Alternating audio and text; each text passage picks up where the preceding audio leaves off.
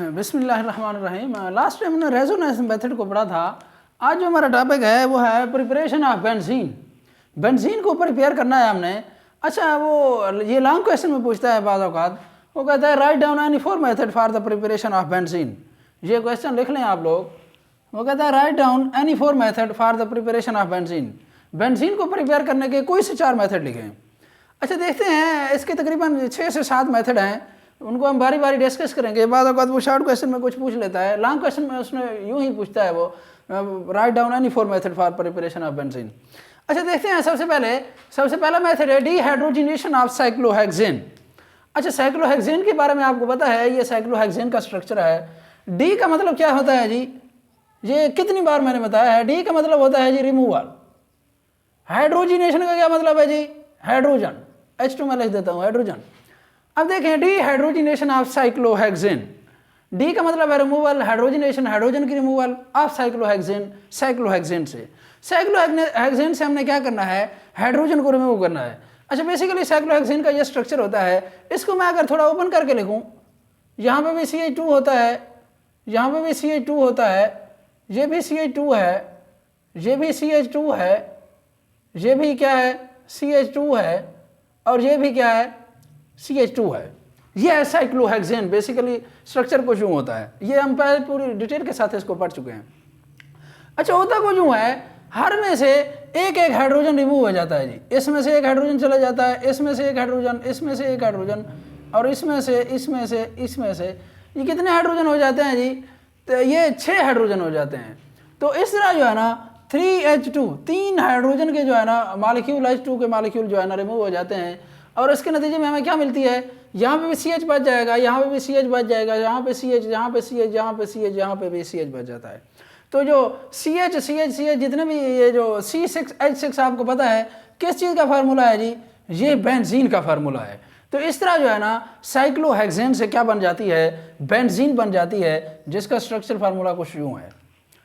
अच्छा, इसके अंदर मैंने वो नहीं लिखी, थ्योरी नहीं लिखी, आप अपनी तरफ से लिख सकते हैं सबसे पहले। अच्छा, अगर टाइम हो तो लिखिएगा, अगर टाइम ना हो तो जो है ना ये रिएक्शन मस्ट लिखना है। रिएक्शन के बगैर आपका जो है ना बिल्कुल वो 0 मार्क्स देगा। रिएक्शन लाजमी लिखना है ऑर्गेनिक केमिस्ट्री के अंदर। बेशक आप थ्योरी के अंदर अगर कुछ चीज़ ऐड करना चाहें तो वेल एंड गुड। यहाँ पे अगर आप वहाँ पे कुछ नहीं दिया हुआ, यहाँ पे डीहाइड्रोजिनेशन की डेफिनेशन आप लिख सकते हैं, साइक्लोहेक्सेन के बारे में बता सकते हैं वो क्या है। उसके बाद जी डीहाइड्रोजिनेशन ऑफ साइक्लोहेक्सेन के बारे में बता सकते हैं। उसके बाद एक और हेडिंग देके इसकी कंडीशंस के बारे में बता सकते हैं। कंडीशंस की हेडिंग दे दें, मैंने लास्ट टाइम देते आया हूँ। अब कंडीशन की हेडिंग दें, उसके अंदर ये चीज़ें लिख दें, लिखनी तो याद तो वैसे भी करनी है आपको। और उसके बाद कंडीशन के बाद रिएक्शन की हेडिंग दें, रिएक्शन के अंदर ये चीज़ लिख दें। तो इस तरह जो है ना ये काफ़ी लेंथी हो जाएगा। जो है ना आपको अगर टाइम हो तो ये चीज़ें कीजिएगा, अदरवाइज ये रिएक्शन लाजमी है लिखना, रिएक्शन मस्ट है। उसके बाद है जी फ्रॉम एसिटाइलिन। एसिटाइलिन से जो है ना, अच्छा ये रिएक्शन हमारा पढ़ा हुआ है, लास्ट टाइम हमने जो चैप्टर नंबर 8 है उसके अंदर पढ़ा है, conversion of acetylene into benzene. वहाँ पे हेडिंग दी है, सबसे लास्ट पेज के अंदर आपको मिलेगा conversion of acetylene into benzene. वहाँ पे पूरी डिटेल के साथ मैंने आपको बताया था कि ये जो कॉपर ट्यूब होती हैं उनका स्ट्रक्चर भी मैंने आपको बताया था, और जो है ना उसका टेम्परेचर, ये सारी चीज़ें मैंने वहाँ पे पूरी डिटेल के साथ बनाई थी।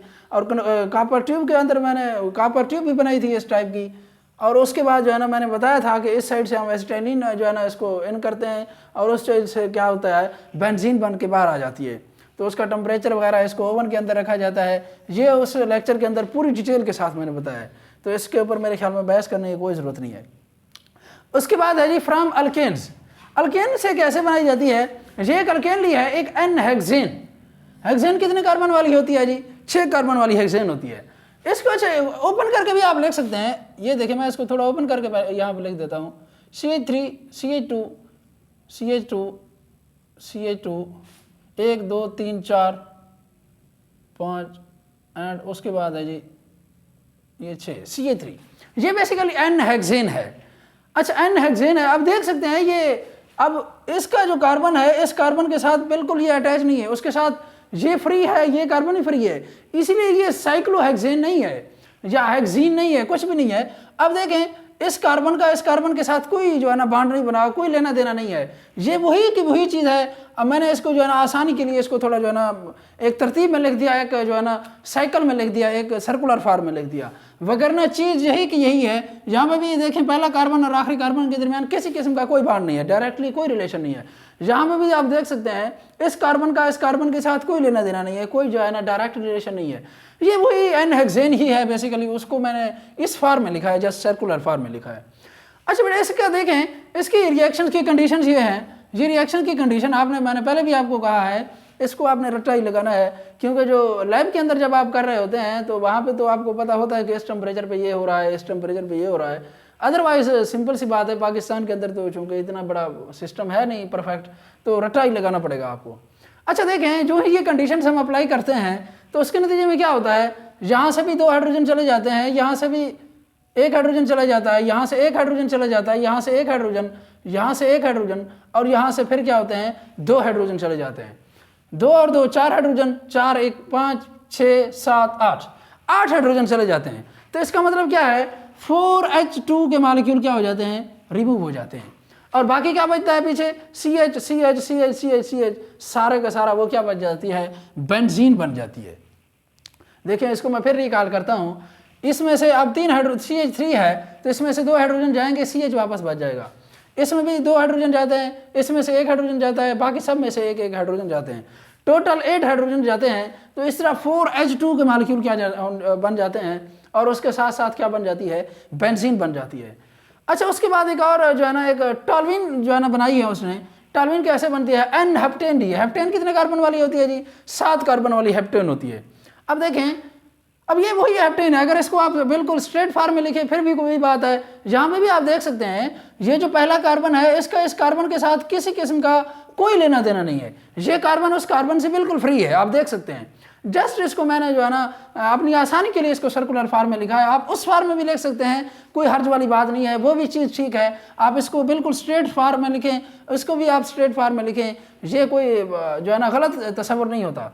अब देखिए ये उसने अपनी आसानी के लिए लिखा है, मैंने भी अपनी आसानी के लिए लिखा है, बाकी चीज़ बिल्कुल वही की वही है, स्ट्रेट चेन वाली है, नॉर्मल चेन के अंदर ही है ये एन हेप्टेन जिसे आप कहते हैं।